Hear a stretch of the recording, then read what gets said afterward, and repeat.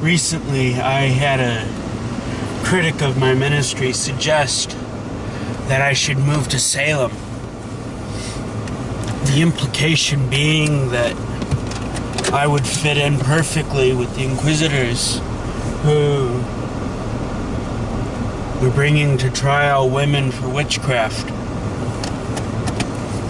The Salem witch trials left a huge impact on the history of the American continent, and the Salem witch trials present many interesting theological implications as well.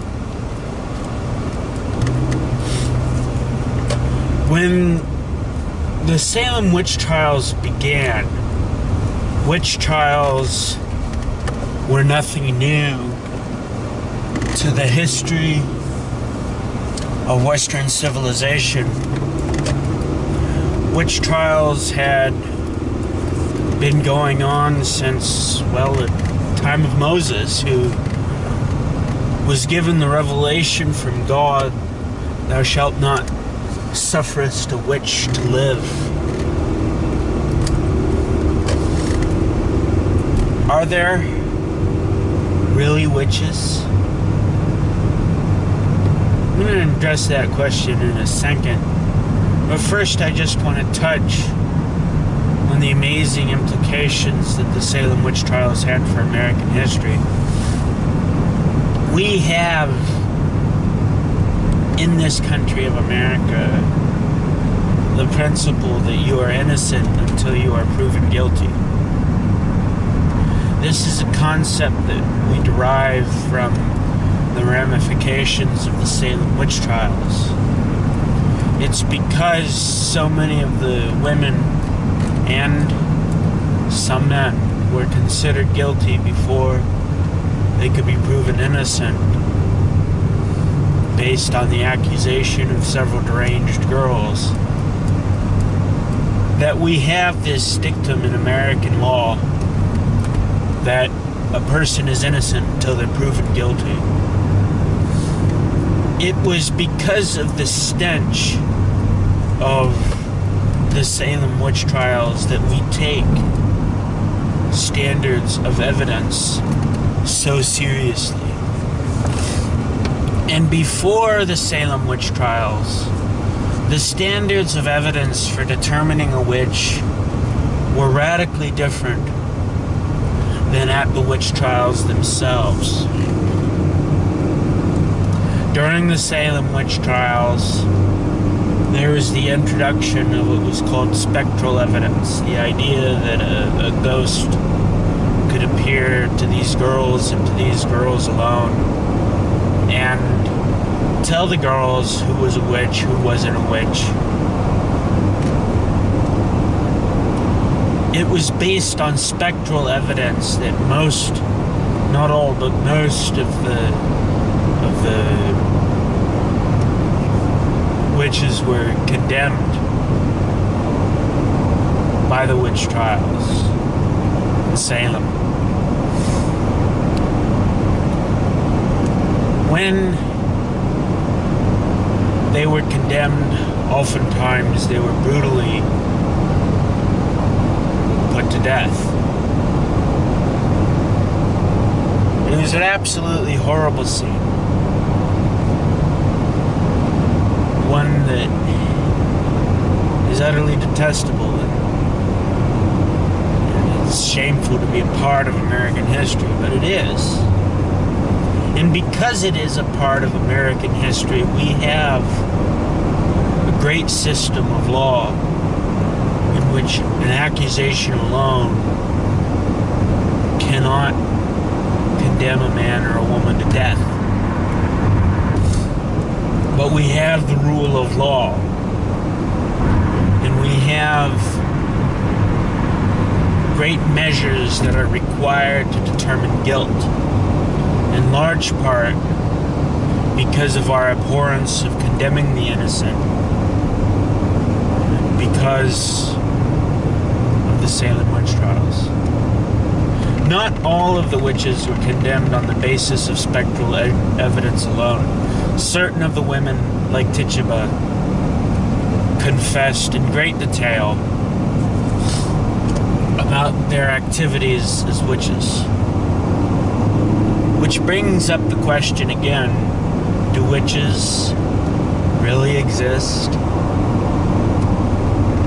Are witches real? In the Bible, the clearest mention of witchcraft comes from when King Saul, abandoned by God, summons the witch of Endor to conjure up Samuel the prophet. When the witch of Endor actually summoned up Samuel, she freaked out because, oh my bleeping God, it worked. I mean, here comes Samuel, and he has a strong rebuke for King Saul at the end of the first book of Samuel in the Bible. Very interesting account. I recommend that you check it out for yourself. The Witch of Endor was afraid for her life because King Saul had put a death threat against the witches that were in Israel. And he swore to the Lord to her that he would not kill her for her witchcraft. It's interesting that the only vow that we have recorded that King Saul made in the name of the Lord that he followed through was his promise not to hurt the Witch of Endor. King Saul was by no means a friend of Israel. He was by no means a good king, and by no means did he have a relationship with the Lord. But he did have some fealty for this witch, because he sympathized with her demonic arts. Elsewhere in the Bible, you have some scattered references to witches. You had King Asa, who, rather than seeking the Lord in prayer, went to the witch doctors to find healing. This is by no means a biblical rebuke of apothecary. We read in the book of Revelation how in the millennial kingdom there's a tree of life producing herbs for the healing of the nations.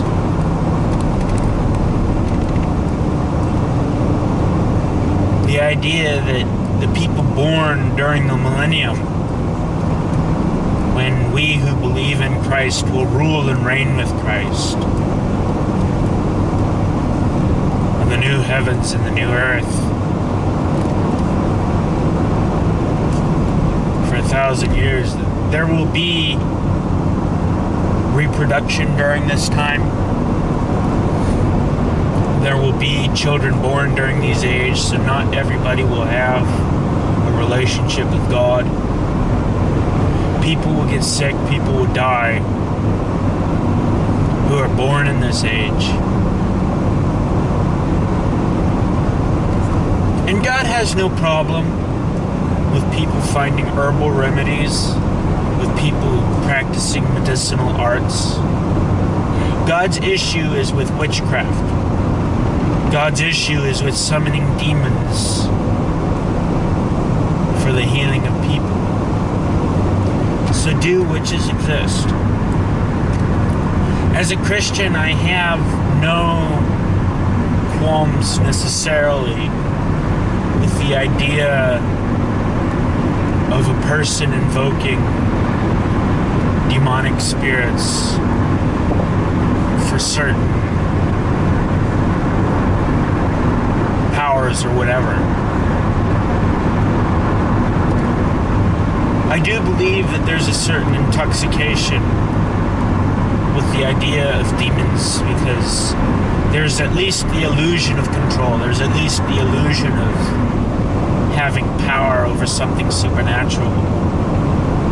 Having a kind of genie that you just don't get with God, because God is a sovereign creator. He's the Lord of heaven and earth. We can pray to God, we can ask Him for things, but we cannot command Him to do things. And so there's a certain allure when it comes to demons, that we could command a demon to do something. We could command a demon to do this or that.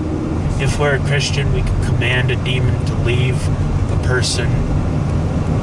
Jesus Himself was an exorcist.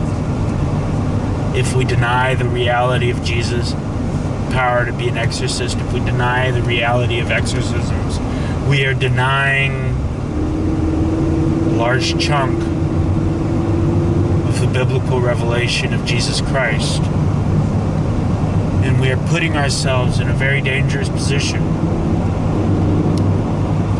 of trying to be the authority over what God has actually revealed, rather than accepting the full revelation of the Bible. And if demons were at work in the days of Christ, if demons were at work throughout the history of the Old Testament, there's no reason to suppose that because we live in 21st century America, that demons do not continue to exist today. When I was at San Jose State University, there was this professor I had, and she taught Jewish mysticism, and she also taught other courses on the occult, other courses on, I don't know what they all looked into, palm reading and occult type things, tarot and what have you. And she said that in a certain class of hers that you couldn't pass the class unless you yourself developed a supernatural gift, levitating. It was an example that she gave of something that a student would have to do in order to be able to pass the class. I was actually working with a gentleman who claimed to have been able to have levitated through the power of a demon or whatever he called it. It was a demon, doesn't matter what he called it. So these things that we try to relegate completely over to the realm of superstition are very real. The chief problem with the Salem witch trials wasn't in what they were condemning. It was in the standard of evidence that they used to get to their condemnation. Witches are very real. I have many friends who are witches in college, Most of them went by the name of Wicca. Others chose other names for their demonic arts. Again,